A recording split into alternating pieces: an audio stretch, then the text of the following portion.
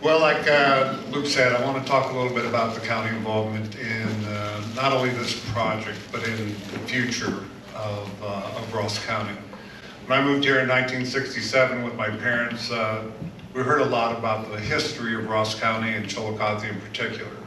We heard about the Hopewell Indians. We heard about the first and third capital. We heard of Chillicothe being the first capital of the Northwest Territory in 1800. We heard about Camp Sherman in 1917. And it's funny talking about those things 100 years ago. What will people 100 years from now be talking about how we impact the future history of Chillicothe and Ross County?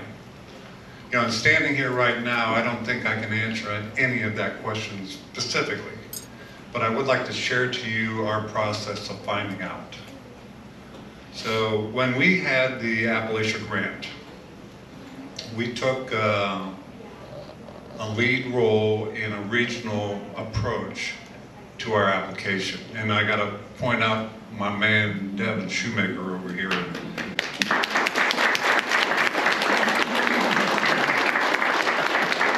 Who is the author and the creator of that epic application. Well, what that entailed was not only Chillicothe's vision from their community plan that Luke headed a few years ago, and the county part of it, but a 12-county, 30-project application that garnered $154 million out of the $500 million available. That's pretty remarkable. So Devin, thank you for putting that together. So for having that, when we first started making the application, Devin and I were talking and saying, what are we going to do if we don't get any money? We got to do something. So let's look at the future and see how we're going to plan that out. And Devin got to work, and he called this the comprehensive plan. And the comprehensive plan has 8 characteristics. The first one is future land use. We look at our 16 townships and figure out where housing is going to go, where businesses are going to go, where agriculture is going to remain and grow. And how are we going to utilize the best use of the county land available to us? What's the housing plan for that? You know, we have a beautiful opportunity with the Intel plant opening up next year and the Honda battery plant in Jeffersonville. Also, that's 10,000 employees. Where are they going to come from? Well, we kind of want them to come from Ross County. My beautiful wife has been a realtor in this area for 26 years. 28. That's how this goes. So I'm right at home here. But she constantly gets calls from people from Columbus that want to get away from the crime and move south here to Ross County. That's a beautiful opportunity to grow the county. And so where are we going to have people have dump-off points for the Intel plant? The 23 corridor and the 23 highway going north. And then 35 serves as our drop-off point for people that live in Ross County over to Jeffersonville. So putting the kind of thought behind where it's convenient, where it's best suited, is the best way to utilize the land and the housing plans. Thoroughfare plan comes next, and that's how do the roadways work. We don't want to build another Bridge Street. We don't want Ross County rush hour to be a thing. So we need to use the best design we can for the highway system that we have in Ross County and figure out how it's going to service the housing plan, the land use plan. Then economic development, that's where Tammy and her crew step in, and what kind of businesses are we going to attract to the area? And how will that serve us best? And there's a lot of ideas about that. Transportation plan, how do people get to work? How do we have public bus services? What do we need that we don't have now? And what are the barriers to people not going to work because they can't get there? Farmland preservation is an important part for Ross County. We've got to keep what we have in terms of agricultural and assets that are surround those here in the county so we continue to produce food and necessary items for the existence of everybody concerned. have a healthy community. There's a lot of recreational projects in the mix right now, and where we're going to put those and what will those entail, and how can we stack those regionally to provide an experience rather than an event, and keep people here in the neighborhood longer and staying overnight, eating at the restaurants, going to the area businesses, and fueling our economy.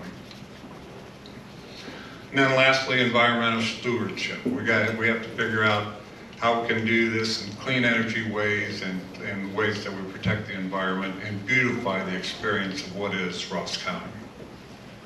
So in putting all that together in a comprehensive plan, we need to have some guidelines to make our decisions by. And we identify that as our guiding principles. And the first one is growth. We want ideas that are going to promote growth. We all want to grow. We want to grow population. We want to grow economy. We want to grow businesses. We want to grow jobs. We want to grow housing. How do we put all that together? And does what's being presented to us as a Board of Commissioners or a city government fit into that mold and accomplish that objective? The second one is it's got to be in the best interest of the majority of residents of Ross County. We all know we're not going to bat 1,000 on our ideas. We have to be brave and bold enough to go ahead and do what the majority of the population of the county wants to do. Haters are going to hate. We know that. So, we just got to bear that through and do what's right for the county. Third thing, sustainability. And sustainability comes in a number of ways. Sustainability, it's got to survive past grant money. It's got to survive past the initial thrust of funding. It's got to have a shelf life that's long enough to be worth it. But also it has to play in regional scale. I'm a fortunate member of the county commissioners, 35 county commissioners that serve on the board of directors for County Commissioners Association of Ohio, out of over 300 commissioners. And the camaraderie and the decision-making that goes on in those meetings and the willingness for counties to work together is astounding. And we have all the commissioners of contiguous connection with Ross County on board to do several pretty neat things, at least take a look at them to see if it's plausible. Because we know if one of us lands a business or gets a recreational attraction, we all benefit from that. And regional approach resonates like it did in the Appalachian Project in Columbus. And things happen because of that. So that sustainability has got to be repeatable and reproducible, so it can be used as a model elsewhere in the state, and that's one of the criteria of sustainability as well. Fourth one is be bold, but be sure. We want to make sure we vet ourselves in any new initiatives that come into the county, that it thinks big, and it does big things. If you want to be great, do great things. So we want to look at it from that vantage point. But we also want to understand that it's not going to flop on its face and cause more damage than benefit. So that's the be sure part of it. And by doing that, we have improved the initiatives that are presented before us by goals.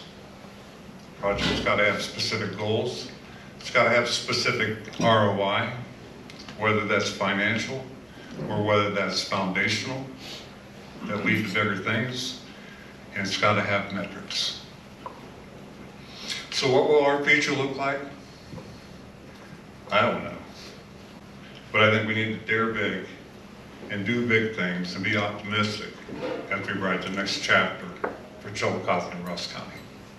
Thank you very much.